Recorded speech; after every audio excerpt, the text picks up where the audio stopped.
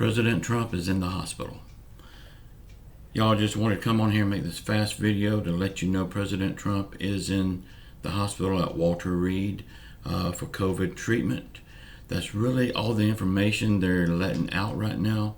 But he did walk out on his own accord. He waved to everybody. He saluted the Marine at the helicopter, and the two military helicopters took him to the Walter Reed Hospital for COVID treatment.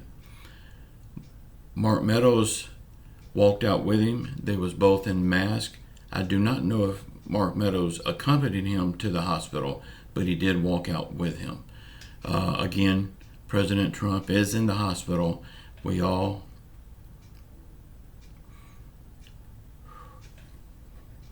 Let's all say a prayer for him tonight. I love you all. Ciao.